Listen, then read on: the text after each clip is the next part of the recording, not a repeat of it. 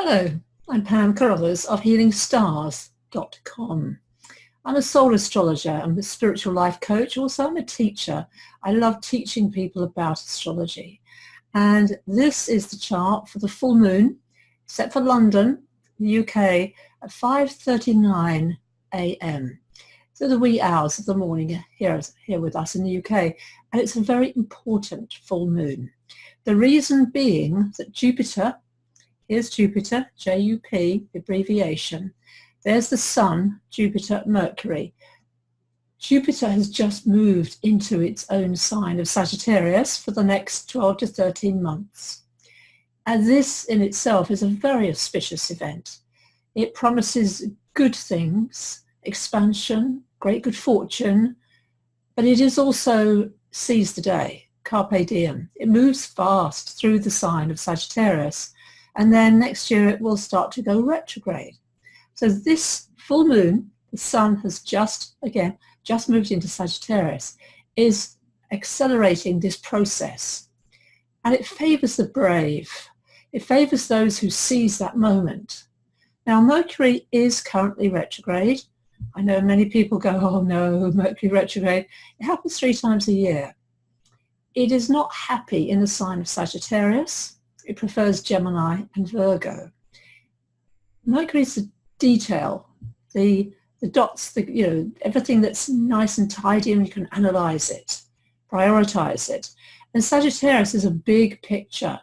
So it's like the jigsaw puzzle. You need to look at the pieces, and you also need, of course, to see the big picture.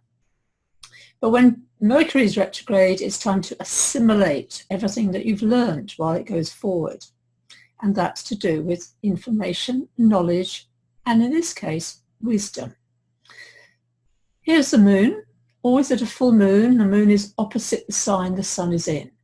So the moon is in Gemini.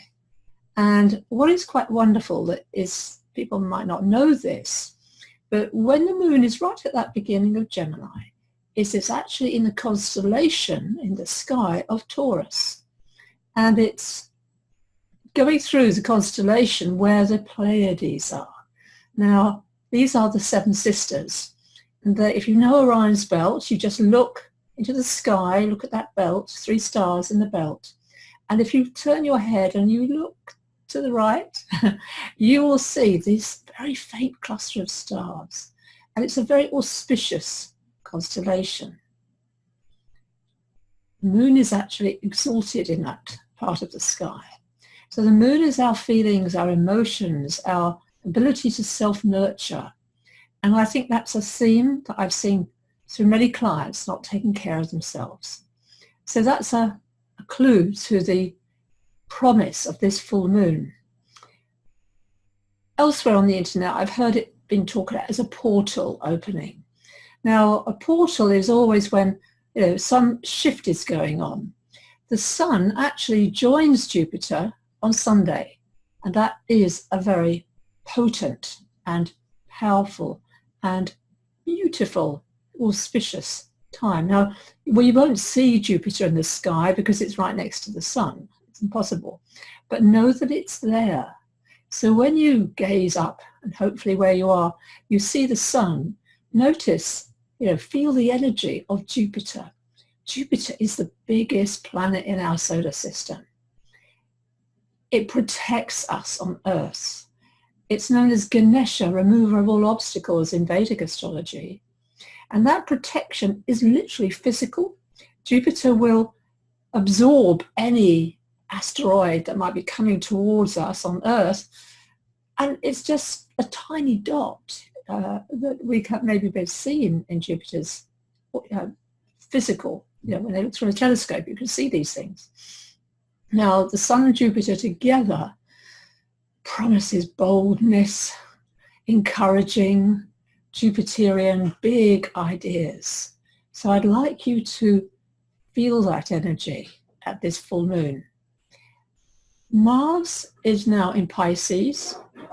Mars, Neptune, Chiron are traveling through Pisces. And Mars, I want to highlight the fact that Mars is in Jupiter's sign, albeit is in a right angle. That's not an easy connection of 2 planets.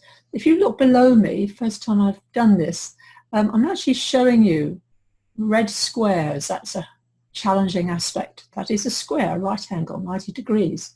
But also look at the triangles. They are positive energies.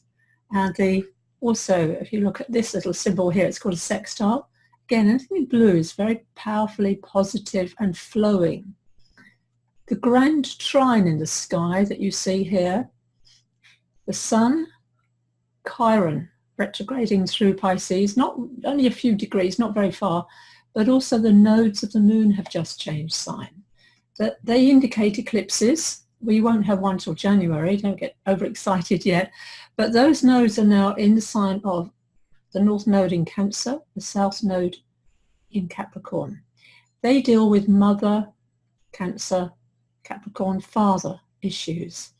And as I said, they will start to activate those signs next year. The other thing that struck me about this particular full moon is Venus. Venus is now moving forward. Happened last week on Friday, and that's a very good sign, no pun intended, but Venus is in her own sign only till the end of November.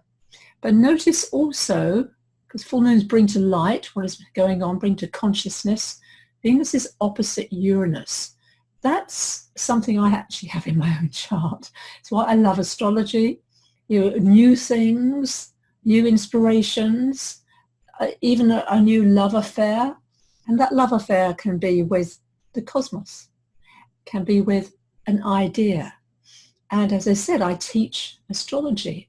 Tune in on, sign up for my free webinar I'm giving this Sunday, a very auspicious day, I've already told you. And I'm going to be teaching the basics of astrology. And I take questions at the end. It's a language, and it's a wonderful language to learn, because if you know anything about your memory and aging, learning a new language keeps you young. I think that's a very good thing, especially something like astrology, which is the meaning of the planets, the stars, the cosmos, our wonderful promise, our sacred promise to be here on this earth, and our purpose in doing so. Thank you for watching. Pam Carruthers of healingstars.com.